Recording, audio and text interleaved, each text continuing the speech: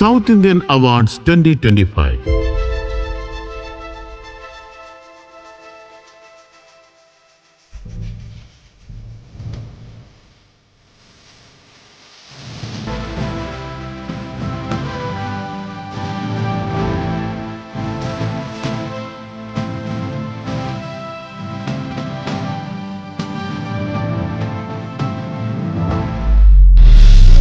Second Best Documentary, Namami Sri Shankaram. ആശയം അവതരണം മായ K Varma.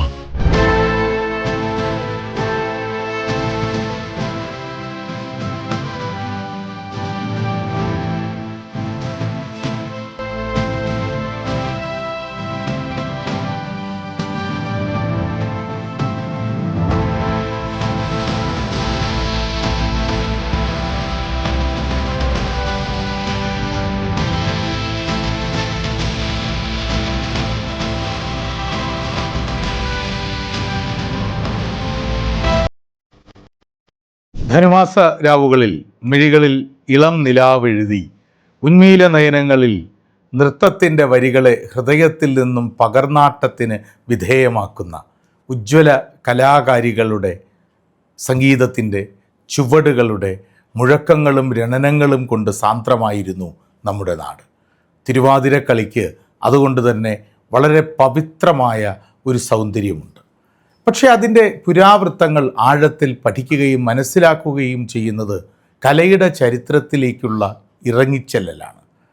വളരെ ആസ്വാദ്യകരമായ രീതിയിൽ തിരുവാതിരയെക്കുറിച്ച് ഗവേഷണ വിധേയമാക്കി ഒരു ഡോക്യുമെൻ്ററി തയ്യാറാക്കിയതാണ് മായ. കിളിമാനൂരിൽ ചിത്രകലയിൽ വിസ്മയങ്ങൾ ചാലിച്ചെടുത്ത ഇന്ദ്രജാലക്കാരനായ രാജാ രവിവർമ്മയുടെ തായ്വഴിയിൽ നിന്നും മായ തിരുവാതിരക്കളിയുടെ നൃത്തചിത്രങ്ങൾക്ക് പുതിയ വിജ്ഞാന ഭേദങ്ങൾ സമ്മാനിക്കുന്നു. അഭിവാദ്യം.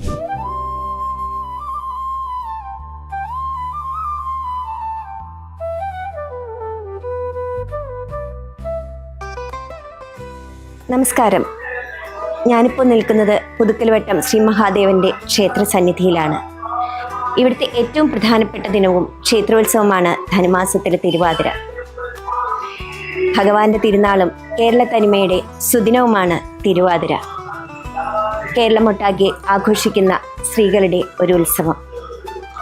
ശ്രീ മഹാദേവന്റെ തിരുമുമ്പിൽ മനസ്സാ നമസ്കരിച്ചുകൊണ്ട് തിരുവാതിരയുടെ ഐതിഹ്യവും മാഹാത്മ്യവും ചടങ്ങുകളും ഒരു ചുരുങ്ങിയ രൂപത്തിൽ നിങ്ങളിലേക്ക് എത്തിക്കുവാൻ ശ്രമിക്കുകയാണ് ഞങ്ങൾ.